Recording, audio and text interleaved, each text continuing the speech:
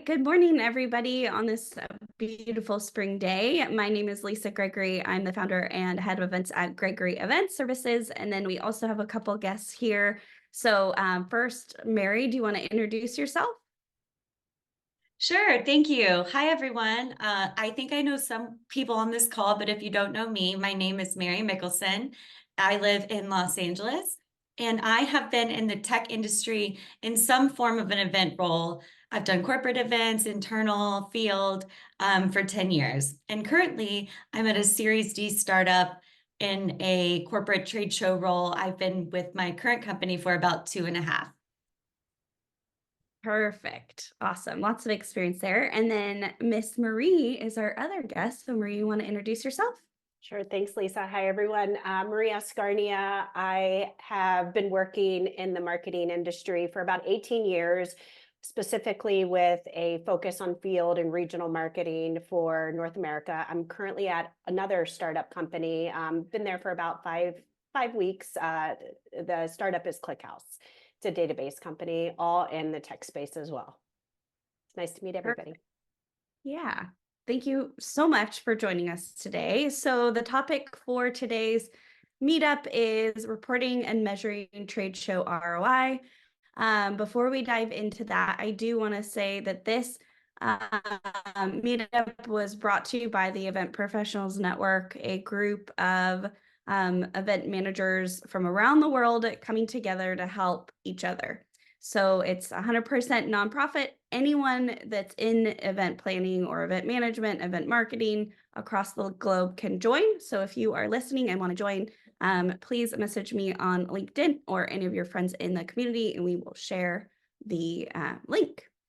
All right. So before we also get started, I took a tally of how much experience we have on Zoom today, and it's 121 years of events, marketing, and demand gen experience, which is a lot. So folks are welcome to chime in. You're welcome to listen, but just wanted to let you know, if you are listening in as a guest, there's a lot of depth in this group. All right. So first, we're going to just talk about generally measuring trade shows.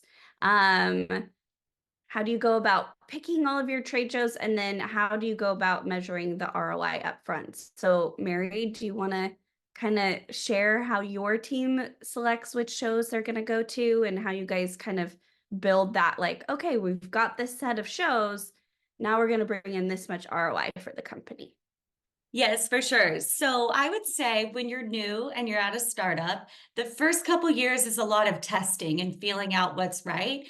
The way I would identify shows at that point in your journey is by looking at where customers and competitors, especially competitors, are going to be. A lot of companies list their events, as you all know, on the website. So that's how I began to identify which shows make sense.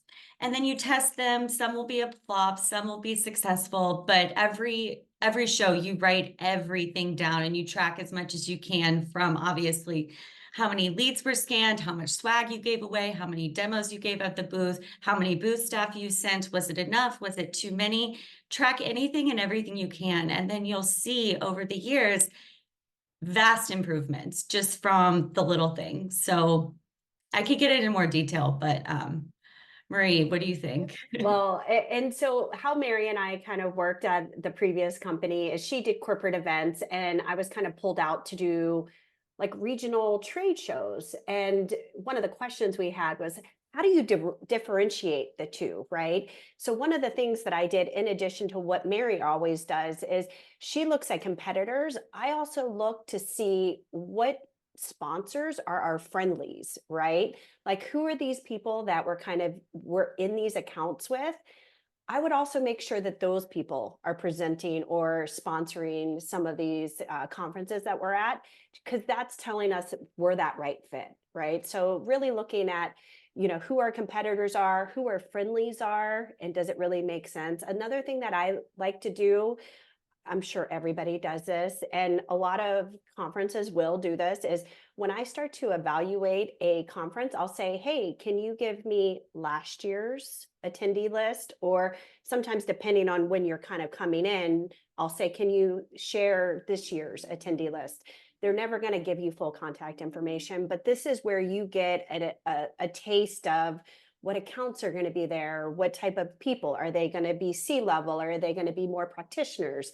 And then that could, you can determine what your output and what your content is, that you would present at these conferences. Yeah, 100%. And I'm going to add on to there that the Event Professionals Network is a really good place to go to if you're not sure what shows to go to. There's a million people in there that will be like, go this or try that. Even better, if you're not sure if not sure if the show is going to be successful, you can provide, or the folks will provide some feedback in there like, hey, I had a really good experience or I didn't. When we're helping folks figure out which shows to go to, we're also very persona based. So we'll go through and look at which personas the client or team is looking for, and then we'll go tackle those personas. Also, it depends, Mary, you were mentioning, it depends really where the company is at. Series A, Series B, C, and D, those strategies are all different. They all look different, but the testing components are all the same. So that part you'll test and see. Even when you are a Series D, you're just testing things that are different. All right. So Mary, which are the top 3 metrics that you choose to measure when determining a show or even post a show on site, and why? So the basic answer, lead generation and quality, of course, ROI, and then engagement and awareness, which I know are 2 different things. But to dive deeper into the lead quality, there's a lot of different things. I made a chart of all of the trade shows that we were at last year. And some of the factors that I look at are the number of attendees. So the people that bought a ticket and actually showed up. And sometimes you don't get that number until the post recap report that they send out, because I think when they're trying to sell sponsorships, a lot of times they elevate how many people they're expecting. I'm sure we've all noticed that. So the number of attendees versus the number of people that we got scanned. On average, for me, it's been about 4 to 5%. But depending on the show, it can be as low as just over 2 and as high as 13% of people that were scanned. Some more factors that I look at in my chart are how many total expo hours. So is it just a 1-day show, or was it a beast like reInvent where you're there for 4 long days? That's obviously going to affect how many scans you get. Another thing that I didn't used to think about in the early years of my career is the lead scanners. I used to be cheap and not opt to buy the extra, but I've noticed over the past couple of years, it's worth the extra $500 for each to get at least an extra 2, because we've all worked the booth when it's the team's like awkwardly passing around the scanner or interrupting or just missing the scans and then missing those notes. The number of staff that you sent. So we talked about that a little bit earlier, but if you don't send enough, of course, that's going to affect your numbers. But sending too many can also be almost equally as dangerous, because they talk to each other and they take up space in your booth. So that's why it's really important after every single show to take your own notes of what you could have done differently. Did we send enough people? Did we not? That's a big factor. Booth size and location. So of course, typically a larger booth is going to get more input, but not always. So if there's a mid-sized booth in a good location that put a lot of effort into their crowd gathering activities and their pre-show prospecting, then they can deliver better than a large booth that might not be in the best location, that didn't put in the effort ahead of time. I have seen that. But size and location does matter. Another thing is how many sponsors. There's one company, it rhymes with Martner, that they sell a lot of sponsorships. And over the years, the price keeps increasing, but there's more of us there. There's so many vendors. And the number of vendors does make a difference in how much traffic you're going to get, because it's just so over diluted. And then the last thing that I've started thinking about is the cost of the attendee pass. So with some of the AWS summits, they're free. So if you have good swag, you'll get a ton of scans, but the quality might not be there. So Marie and I talk all the time about quality versus quantity, but the cost of the attendee pass, if it's $3,000 for Gartner or AWS reInvent, then there is a correlation with the quality of the leads and the conversations that you're going to get. That was a really long answer. Sorry. No, that was perfect. I was even taking notes. I was like, yes, yes. Marie, do you have anything to add on top of that? Mary did a great job. We were kind of going through a dry run yesterday, and some of the points that she made, I too kind of made notes, right? Because in my new position, I am back into trade shows, and I did order an extra lead retrieval device, which was great. Did it before I heard kind of Mary's strategic thought process behind it, but it does make sense to have more lead scanners than not. Just you don't want people fighting over it. And to your point, like when conferences are free, you're just getting swag, people picking up swag for their kids. Yep, 100%. So now I'm going to take a pause and see if anybody else has any feedback. So the question was, what are the top 3 metrics that you choose to measure and why? Anyone? I'm glad to hear that you're tracking 4 to 5% of all overall attendance coming by the expo hall, because I definitely feel that that's a number I'm reaching to. And pre-Pandy, it was like 15% from, so that's a goal of mine. Like, how can we draw more peak crowd into the expo hall? Yeah, with that, Tracy, like I'm kind of going through the beginning process, and I wasn't sure of that data point that Mary kind of said. And I was saying, okay, our goal, because it's the first time we're at some of these conferences, is to scan 10%.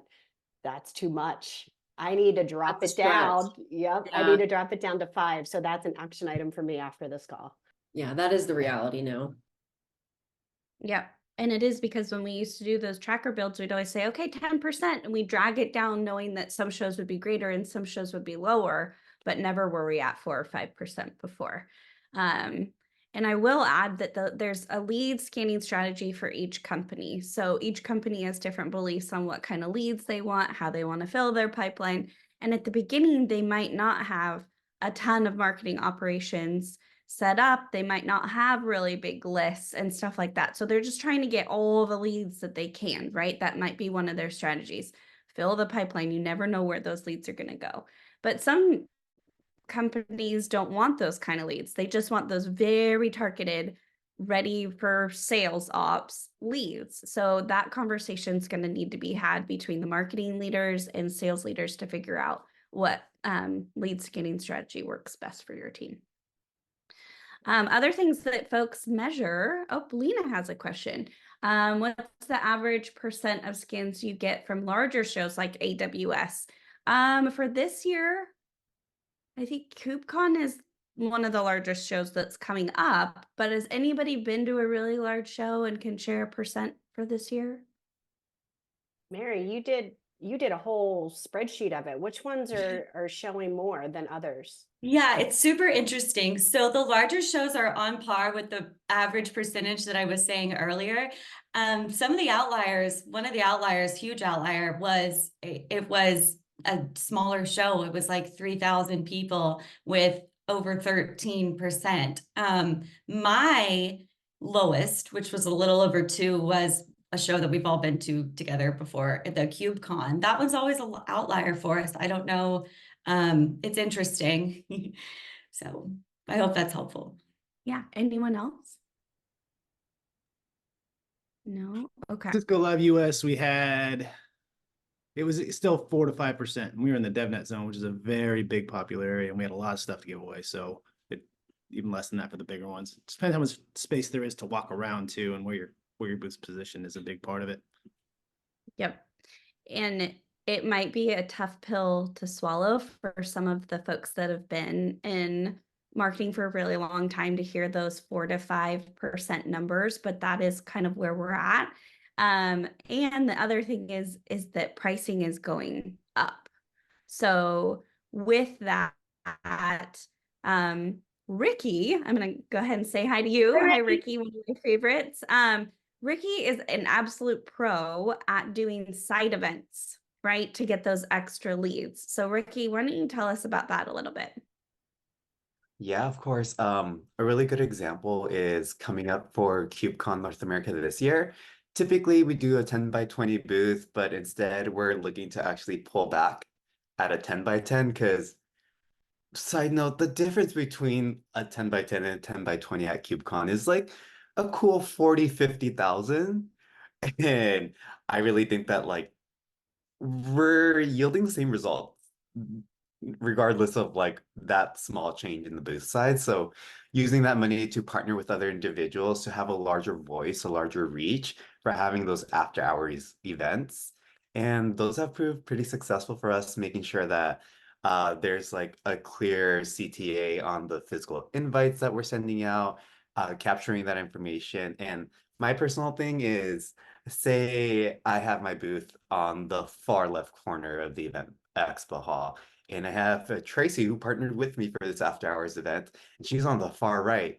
Okay, that group that's going to that left side but never really reaches the right, I'm talking to, and Tracy's doing the opposite. So it really helps reach the larger audience in the expo hall that may not be like going throughout. And when you're splitting up the bill, it also makes it really reasonable to host that larger after hours events. And the greatest thing about specifically doing it at a larger conference is you get a lot of signups and you can expect to have like 40% show up. So we can have a lot larger of a list than we actually have capacity for. And I love seeing that because I'm like, okay, we had that reach at the expo hall at our booth, but also there's this additional reach, either from people that they shared it with on socials, or in that example, people that engage specifically just with Tracy's booth as compared to just mine. Yes, yes, 100%. Amazing. Thank you for that additional input. I want to go back to the chat real quick.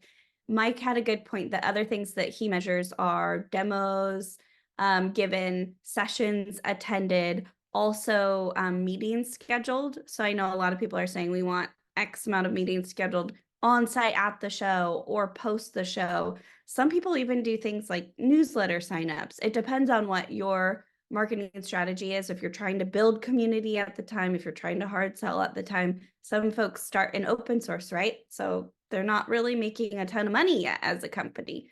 But if you are on the enterprise side, then your strategy will be different. All right, let me go through my notes here really quick. Mary and Marie, did you have anything else to add before we dive into the next question? Something I've been thinking about, we're all talking about the percentages and the numbers and the things that we can really track, but there is the intangible piece of the awareness. So even if we're only scanning 5% of the total attendees, they're still seeing us especially if we buy outdoor advertising, or even if we're just walking around in our t-shirt, or if they see our logo on the website, they're still seeing a piece of your company, and they're still seeing you. So that's the piece that's a little bit harder to track. I have read and learned from this group that can be actually as high as 20%. So just because you didn't get the scan doesn't mean they don't see who you are. Yeah, brand familiarity is definitely key as you're starting as a company. And the reason for that is because people are like, oh, well, we did this CFP and this particular company came up. And it's like, I know that company. And they're not really sure where they actually know you from, but they've seen the logo. They're like, okay, well, we'll give that an extra look because it looks familiar. One thing we also hear, and back to what Ricky said, was, as you're starting in your career at, these startups, they don't have BD teams sometimes yet. And so we always hear, well, we don't have any partners. Guess what, folks? You don't have to have any partners. You just need to know who your competitors are.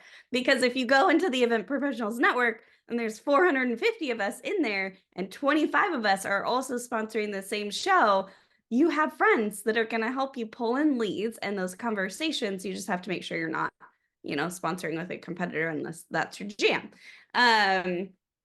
But wanted to also go over to the chat and look at what Tracy just put in there. Tracy, you want to go over the the year-over-year cost of a water bottle, because that is fascinating. Yeah, it's unpredictable, it's irresponsible, and it's pricing a lot of vendors out of that event. I'm afraid to say, a lot of people I've talked to this year, they're like, we are just priced out, we can't afford it. And it's not even the booth space, the AWS, it's these ancillary costs. AV is another area where like our budget, I can't even begin to quote at this point what AV. And then we start to think, well, do we just purchase these items ourselves and then donate them? Because that's actually cheap. So when we go to these events year over year, it's great to be able to track these costs. So haven't seen what 2024 is yet, but I'm definitely going to let the team know when it hits. Yeah, 100%. It's shocking. It's just shocking. Like we just did a sponsorship showcase and the client decided to not do any monitors because they were too expensive. So just none of the booths had monitors. They just sponsors were asked Your laptops. Yeah, I haven't quite figured out how to accommodate my budget ask for these extra things. Because I don't know about you, but my budget's been flat year over year, so it's a struggle. Yeah, it's tough. All right. So the next question we have on here is, are there different metrics from last year compared to this year that you were tracking? Obviously the percentages are different, but are there different metrics, and how are you reevaluating them and measuring them? And we can skip this question if there isn't, but just wanted to throw it out there.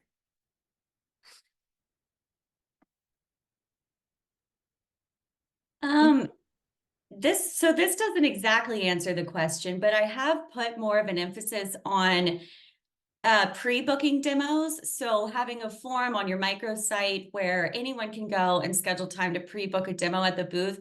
Also engaging your SDR team to actively be reaching out and prospecting, and then definitely tracking, did these people stop by and did this pre-book demo lead to anything? A lot of times pre-book demos are especially promising, but then keeping track of all of the walk-up demos that happen and having a strategy with your team and your lead scanner. You have to make sure they write demo. Of course, we want to capture as many notes as we can. That's one of my biggest, that's another thing I learned over the past couple of years. It is a really big deal and it makes a difference in the opportunities if you can just get the team to take a few notes and remind them. So reporting out on those demos, and then those can be the leads that you watch and you see if they make it through the funnel.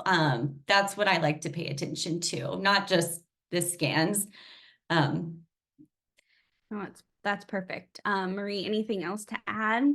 Yeah, I would have to kind of echo what Mary is saying is, I've been really pushing hard on the sales teams to, click hot lead if it's a hot lead, and put as many notes as you can so we can follow up. And then typically what we do is we'll get those leads pretty quickly and I'll have the sales teams follow up on those hot leads, right? And then all of those other leads where they just kind of came to visit, just chit chat, maybe grab some swag, those will go into our nurtures, right? So just kind of forking those off just to keep ahead of, the quality of leads that we're getting.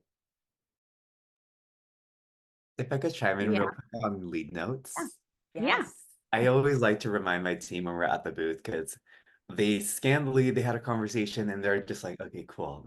I just see them here waiting for that next conversation. So I walk over and I'm like, how'd that conversation go? And they say, oh, they weren't relevant. They were XYZ. Oh, that's great. Write that down. Okay, they weren't relevant. Why? Okay, they're not our person because. I'm like, I understand that you see that, but afterwards, they're just a name on the list. I need that context for that post-event engagement or nurturing so I can know where to like fork those leads. So actively being on them, and I know I sound like a broken record, but I'm just like, I wouldn't have to if you just did it. Yep. That's why I think it's really important to have extra lead devices, right? 100%. Yep. And the trick is, okay, so we have different philosophies, or everybody does, on how you get those leads in. There's called grabbers. They're the people that bring the leads in. Who's scanning it? Is it the grabber that's scanning it? Is the demo person who's scanning it? Who's putting it in the notes? So making sure your team is specifically trained on that. And then one thing that I've been doing, which I'd love your feedback on is if I was the demoer, because some of the products that we go to shows for, I actually can sell, which is fun. But I'll take a picture of their name badge and say, do you mind if I take a picture of your name badge? Because then I can snap it and I'll take notes on my phone on top of their name badge. So when at the end of the night, I can go back into the scanner, like the list, and add notes because it's just one person after the other. Another, you can do a notebook too and just write their name, but chances are you probably have someone else coming in that wants a demo after them. So I just asked if I could take a picture of their name badge. One thing that also really helps is doing events within an event. So don't just look at like your party as one of the events, your dinners as one of the events. You also have your booth and maybe a talk slot. Integrate all those events into one overall campaign. I think people kind of tend to forget that a little bit. Like, hey, in the morning at 8 o'clock, we're going to serve lattes because why not? And then at 9 o'clock, the keynotes are starting. So we're really not going to do a whole lot, but our team's actually going to go to those keynotes and grab information that will be helpful for the company. The AM break starts at 10:30. We're going to do a book signing at that time, and we're going to promote the upcoming talk that we're giving that afternoon that correlates to the book. And now we know how to talk about the talk because we attended the keynotes, right? So we bring that messaging in. They just were there. So we're bringing it all in. Then they go to the talk. What's happening at the talk? They're being invited to your party, right? Like all of those things should be your integrated campaigns. But one thing I think people tend to forget too is that after the show, like Bricky said, everyone's going to go follow up on these leads. They know how to, but what happens 2 weeks later when they've all been followed up, they're in their drip campaigns, sales has reached out, and then it's been 3 months, 6 months, 9 months, a year. What are you doing with all these people that you just spent tons of money getting the contact information and the leads? So I recommend is talk to your team about how you want to handle those leads for it, whether it's a calendar year. Do you want to stop paying attention to them after 9 months? What do you guys want to do with them? And then put calendar reminders to check into your Salesforce campaigns to see how those leads are progressing and check in with your sales leader to see, what the show ROI actually is from that show. Marie, do you have anything to add on that? Because you've been on the marketing side a lot. Do you have anything else to add onto that? No, I think you actually covered a lot of it, and the strategy is a great strategy, and I think every company is different, right? So understanding on like what the goals are of the company could be pretty pretty easy for you to kind of decide, because to Lisa's point, right? Like if there's not a BI intelligence platform that's attached to Salesforce, it's a very manual process, right? And you have to be connected to that sales teams to have that conversation back and forth on where the leads and opportunities are. At my previous job, we were connected to a business intelligence platform called Looker. And to your point, we were able to put all of those leads in the system, but now I have a source of truth, and we all have that source of truth, right? So I can see actual deals progressing through the sales cycle without having to manually go into my Salesforce and check. So depending on your company, you might have that Looker, and that could be something that you guys continue to push on, because it's not as manual as, doing it day to day or month to month in Salesforce. I would also say it's also dependent on what your sales cycle is, right? Everybody's sales cycle is different in the company, right? I know at my previous job, it was 9 to 12 months, where the current job I'm at, it's like a matter of minutes, right? You just put your credit card in, you're like a pay as you go. So those metrics are going to be a little bit different on how you kind of get to those numbers. Yeah, 100%. We'll pause here for a second. Anybody have anything else to add? This is great. I feel like we're going to need to really provide the video part of this, but also the notes. Or maybe we'll do an infographic for the first time. Who knows? Could get crazy. All right. So you've gone to the show. Now you're back. You're sitting in front of your manager, sales team, or whoever. How are you reporting out all of your metrics for the show? Miss Mary, you want to go? Sure. We do a post-event recap report where we capture everything from number of leads scanned, how many of those we considered a hot lead. We could probably talk about hot leads all day. Net new people into the system, net new accounts into the system. The amount of demos, the number of executive meetings, the number of people that came to our happy hour. Those are all things that we report on. Am I missing anything? Does anyone else report on anything else in their post report? I know we all look at the nitty gritty details, but what we share out. We used to, in a previous life, we used to have a spreadsheet, right? We get, your list upload, and then we have the sales team start adding additional notes, right? Because then that's how you're able to share kind of notes from account to account, because, not every sales rep can attend. So there's a lot of like co-selling that happens at these shows. So a lot of it is just kind of sharing that out along with, pictures and any other details that leadership is going to want to know. And that leadership report is going to be a little bit different from like, just a download to the sales teams, right? Sales, they just want to know, where are my leads? Leadership wants to know, hey, did we get ROI? Should we reinvest? Yes. And that's a good point. And so in this post recap report, this is where we brag about everything we just accomplished. We're exhausted. It was a long week. It was a lot of work putting into it. So this is our chance to brag about it, because if your sales cycle is long, you're not going to know your ROI and how many opportunities for a long time. So you need to emphasize on what you can. And Marie made me think of another good point. We always highlight some of the top exciting accounts that came by that we know are prospects, and then we'll put like quotes.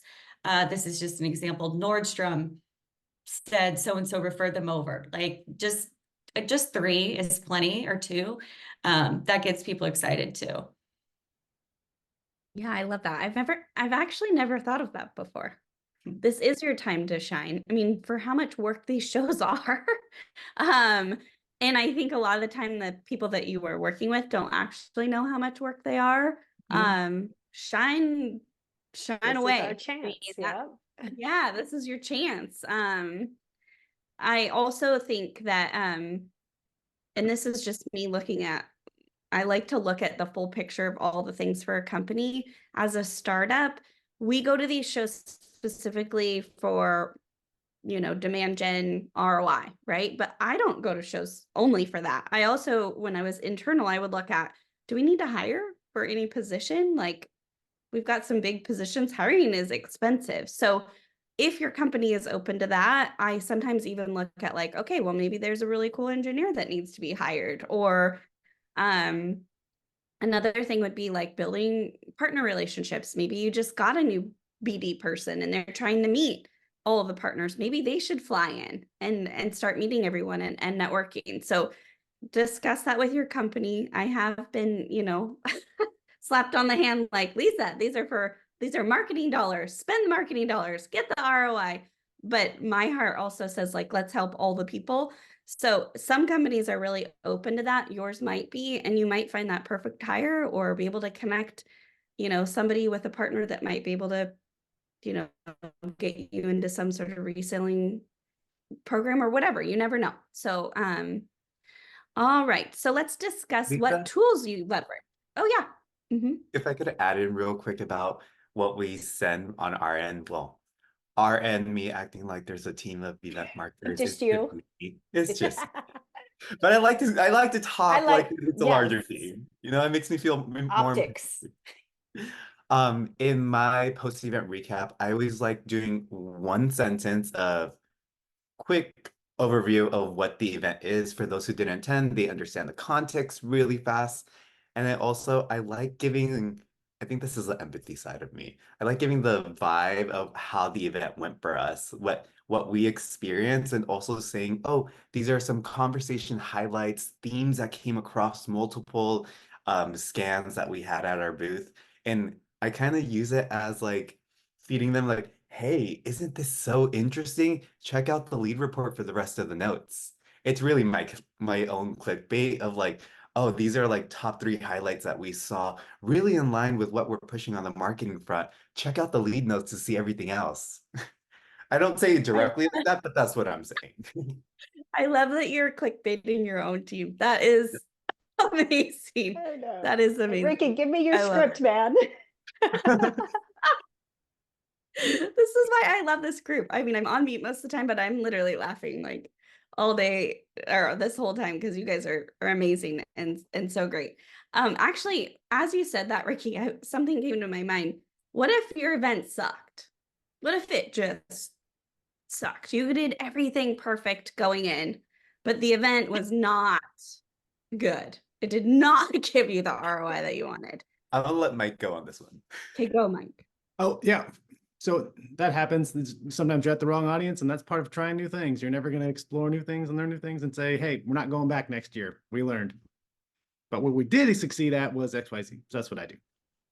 Yeah, I like to also look at like, okay, why did it fail? So that you can, like you said, you got to try new things. And it's kind of like, if it doesn't work, fail fast and move on and take notes so you don't make that same mistake. Hopefully it was with the smaller end of the sponsorship spectrum. Right. No, but I was going to say, instead of switching away from the standard post recap kind of things, we've switched over to using Confluence and just doing a full-on retro on it. So I'll make a Confluence page with all the different key metrics and that kind of stuff, and ask everyone's opinion on 10 different points or so for what we want to start, stop, and keep doing. So it's not all on me. And that way, after when it's done, I can take everybody's feedback and lock it into place. And that way it's a Confluence page that lives forever and everybody can see it. That's been fun too, just because I get a lot more feedback. Other than things I went well, other things happened where I didn't see it, and then I would have never known otherwise. So it's a good time to capture that feedback and lock everybody in for 5 minutes to capture what you want from them. What I like about what Mike just said is, we all get it the next year. It's like, hey, we went to this event. Should we go again? Well, now it's like, go check out our Confluence page. Mm-hmm. Now you know the answer, right? Instead of like always having to do that research into every single one, it already exists. I like that idea. And do a favor for the event planner who's coming in after you, because you probably aren't going to stay at that company forever. So document your retrospectives, make sure they're in there so people know. Because the CMO is always going to want to know, right? And sometimes I hear this all the time. That show is amazing. And I'm sitting there thinking, were you at that show, Mr. CMO? No. You were not there. It was not amazing. And that might give the opportunity to read some of those notes and adjust the booth size, right? So you do get a little bit more ROI. All right. So this is awesome. I love this conversation. Thanks again, everyone, for chiming in. So back to tools that you leverage for reporting. Obviously spreadsheets, but what are all the things besides like Salesforce and all that stuff? What tools are you using? We use Tableau. We use Looker. Those are the two main ones. Yeah. Is there any others?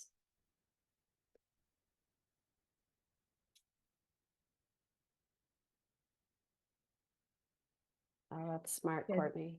Yeah. Courtney says, I like to add in a section on the post event for considerations for next year. Yes. Amazing.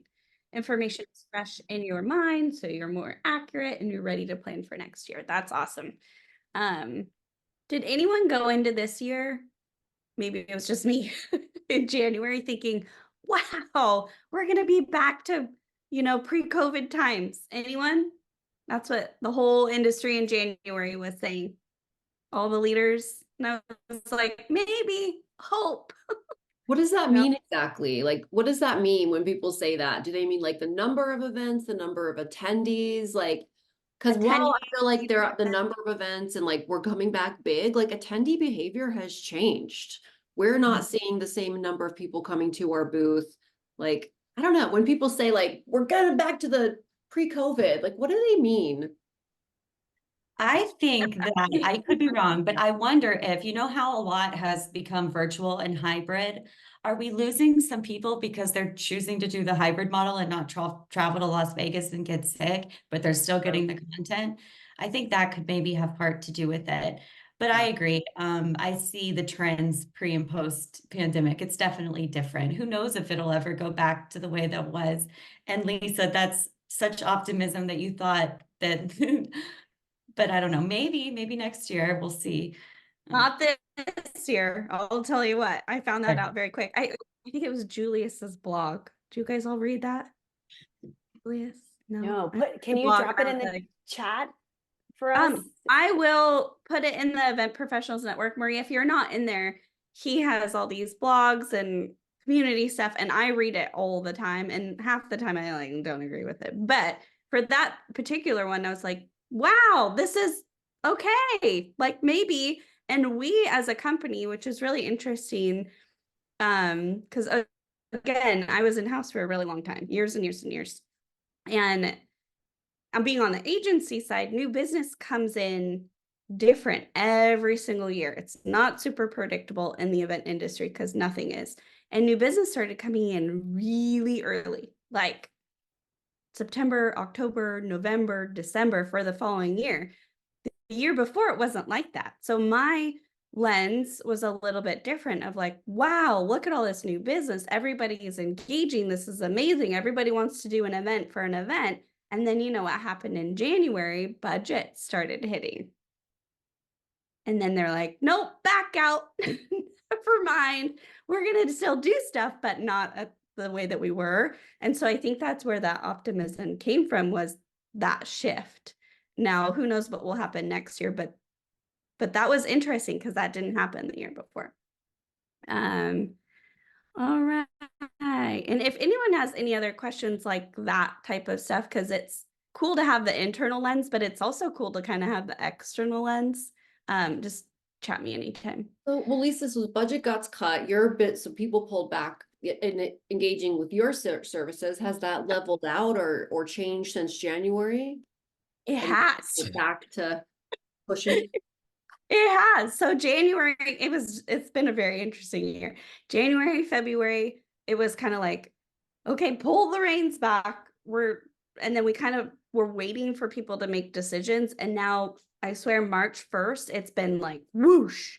So now everyone's like, okay, go, go, go, go, go, go, go, because the budgets are finalized. Last year with all the layoffs, our company grew exponentially because people didn't have anyone to do the work. But now this year with all the layoffs, folks are learning, oh golly, I'm just going to contract. So now there's more contractors in the mix. So that's impacted our company too, of figuring out like, do they hire a contractor that maybe has like a little bit less experience but doesn't cost as much, or do they hire an agency that does this all the time? It might save them time and money overall. So those conversations are happening this year and they didn't happen last year. And anyone who has been laid off, again, we are here for you. Our community is happy to support you. There's a job board in the Event Professionals Network. If you're looking, I know I personally will help you, anyone in our community, find a job. And I know a lot of these folks will too. Who knows, maybe I'll hire you. Come work for us. Let's see. So for someone who's getting into event marketing, Miss Mary, what do you recommend they start tracking and sharing to get quick wins? Ooh, quick wins. So the first thing, of course, that comes to mind as a quick win is the number of scans. Definitely tracking that. If you're new to the industry and you're new to your company or you're at a startup, tracking the opportunities, especially opportunities one, can be difficult. In fact, even if you are established, tracking one versus just created, it's not always the best metric because you know you are handing it off to sales. And me and Marie were laughing yesterday, like you can lead them to water. You can do what you can, but other things to track. So the other intangible, which is just overall vibe, like did the show go well? Was it organized? Logistics, conversations, and attendance. It can be a really good show, a well-run show, but if it's the wrong audience, then it doesn't make sense for you to be there and investing time and money, especially time, because these technical people that are sometimes working the booth, that's one of the most important things to me is I'm not wasting their time by choosing the wrong shows. I feel awful when that happens. It's the worst. I'm not sure if that's ever happened to anyone else, but yeah. Yeah, definitely. Been there and everyone's just like, oh my gosh. Um, And I well, think and it depends too in the market. Oh, go ahead, Brie.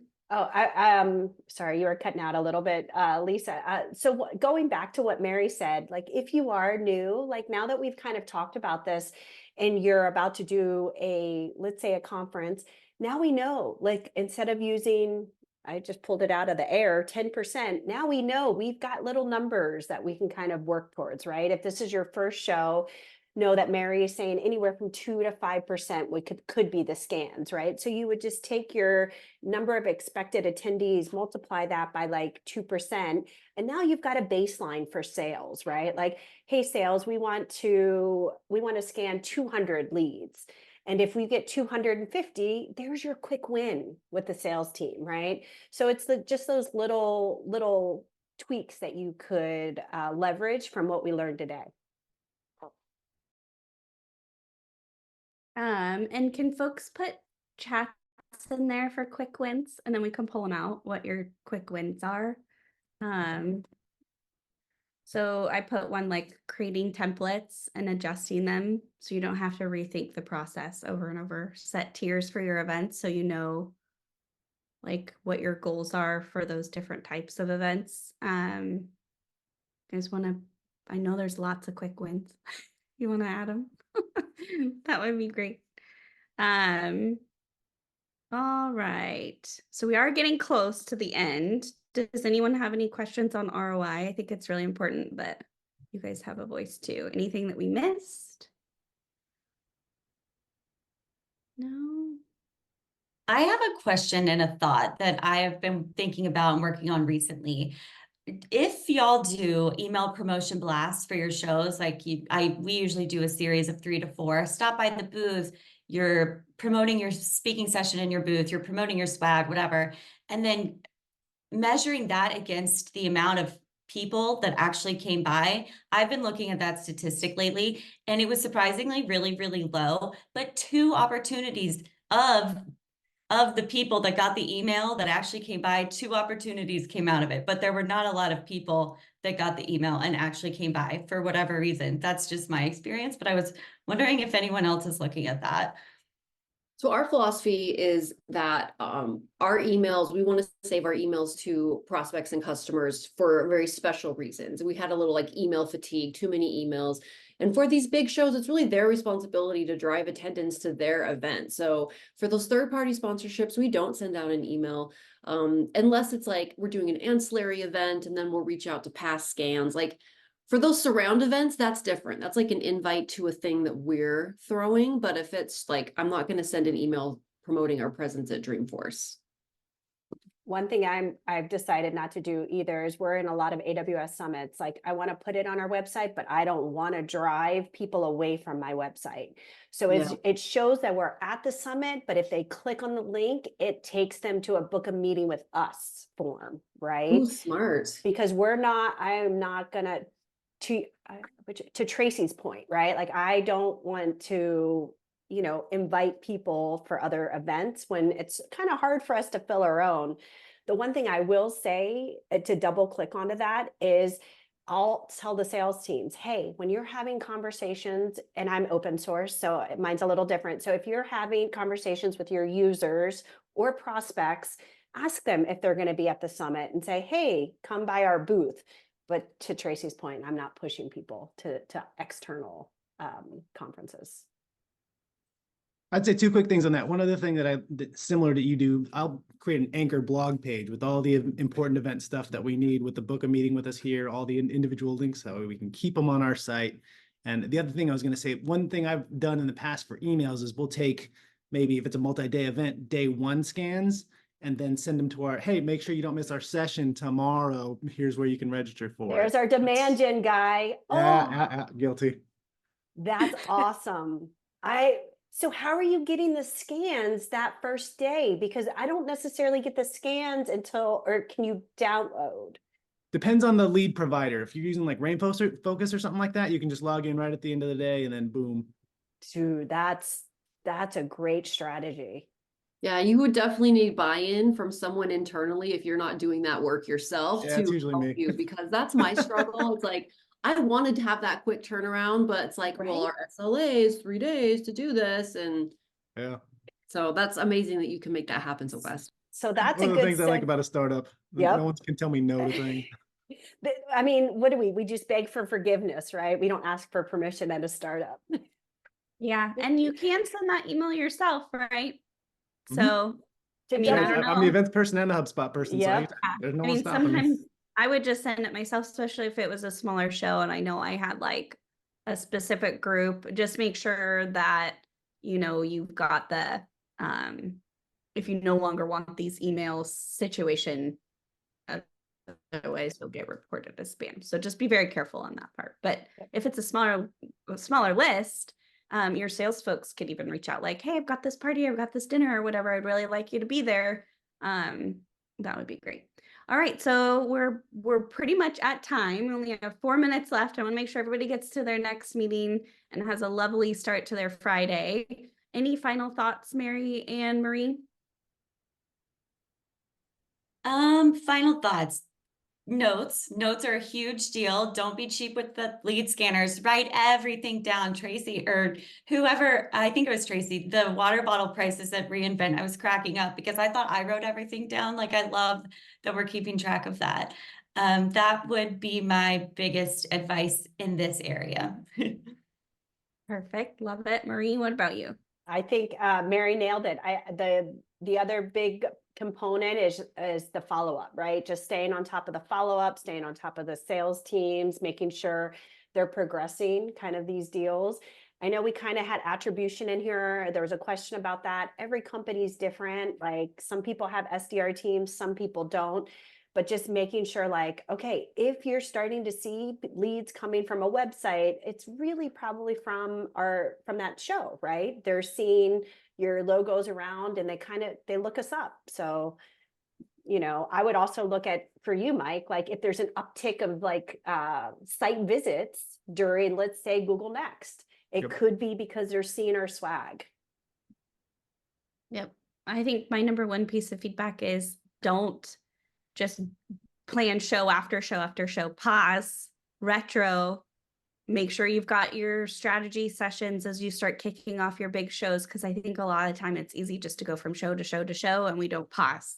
So make sure you pause, review what went well, what didn't go well, and hold those strategy sessions for every single show to make sure that your company strategy is the same. Your team's growing, it could be shrinking, you never know. So checking in with your team. Anybody else have anything before we drop?